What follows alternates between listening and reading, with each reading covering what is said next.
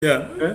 Okay, So we are let's not go away a doing little enough. bit from the media development. Let's talk about Majak Kuany as a person, as a veteran journalist. Okay, And you know, Majak, when you okay, came into the media, you found us there, and you've been so committed. yes, I do see you with your back. We met in the yes, parliament more yes, than once, yes, and you've been doing it with passion. Tell us your journey. Where did yes. you start?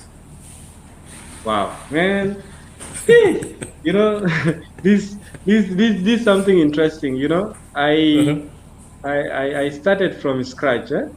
One time I was working in the hospitality business.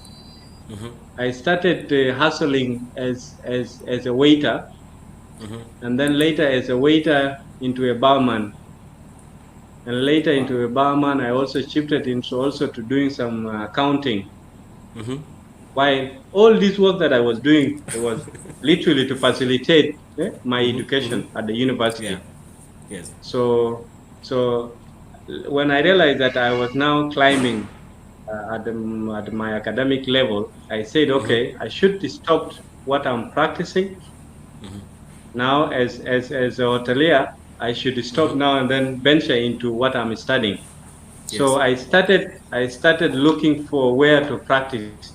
So I went to my head of department. That was Dr. Lauren Rebecca Lauren. She's now the dean of the School of Journalism, Mass Okay. Communication study at the University of Juba. So I went to her at that time. I said, "Can you write for me to whom it may concern?" I wanted to start practicing. I said, "Yeah, sure, that is good." Huh? Yes. So she wrote for me this. So I sat down. Somebody deceived me, either deceived me or told me the truth. I don't know. That he said, Majak, you know what? You have 3D, which is good for broadcast. Yeah. So I said, okay. Do you think so? Can I be a good broadcaster? He said, yeah. He said, okay. So I mapped out the radio station that I wanted to do my internship with. That was the Classic FM. That was the Salvation FM, and then the other one was the Capital FM. Yeah. So I started moving around with my whom it may concern. Which year was So that? that was 2013. Okay. 2013. So in 2013, I moved around for the radio station. No one adhered to my request. So I later in 2014, I realized that let me shift from from Broadcast. broadcast now. Let me practice in the print. So I also look at the Citizen newspaper. By then, Citizen newspaper used to have a very good way of presenting news. So I said, Yeah. okay, let me have a Citizen newspaper. Juba Monitor was there by then, and then Nation Mirror newspaper. So all this, I look at them, all the news first of all before I go into to the management. So one time I got a very interesting news in the Nation Mirror newspaper. It suited me, it enticed me. So I said, okay, this is a newspaper that I would like to do my internship with. By then, the editor in chief was Wall Attack. So I started writing my application to Wall Attack. So I went to his office and he told me that, okay, can you come on Monday? Before Monday, that was on Friday. Before Monday, he called me on Sunday. That Majak, you come. I remember by then I was in Gudele, not in Gudele, Mia Saba. Sorry, I was in Mia Saba, chilling with my friend, Bure Philip. So I say they called me. I told them that I don't have transport to go up to Juba town near Chiba petrol station.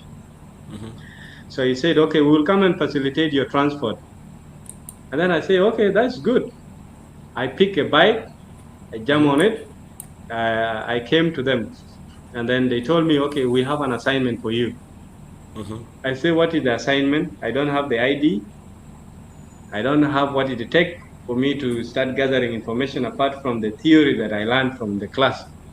So the editor in chief told me, okay, yes, this is to whom it may concern. Again, you show to the authorities, and then assign me to do a story about fuel scarcity in town. That was in 2014, August, I remember. So I said, okay. With euphoria, I picked the camera and a notebook. I started going out this road of Muniki. I found one petrol station. There was too much queue. I said, okay, this queue, let me start taking photos. I started Okay. taking photos.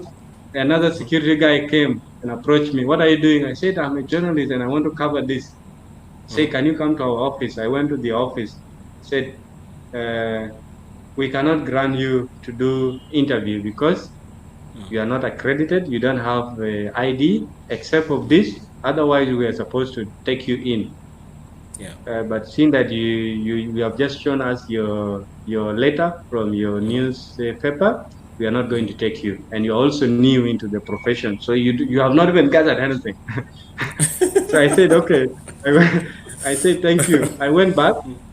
I never insisted. I went back to the office. I told them what happened. That I failed to get the story on the basis that I am new. I don't have the ID, so they are not allowing me to interview uh, them and also the people that were checking fuel. So I went back to the office. I was told to sit down. I sat for like 2 hours. Luckily enough, somebody brought a press release from judiciary. I remember judiciary they were giving ultimatum of 30 days for them to lay down their tool if government do not resolve the issues of their welfare and working condition.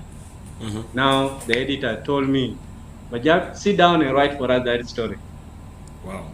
Remember, this is a press release. Yeah.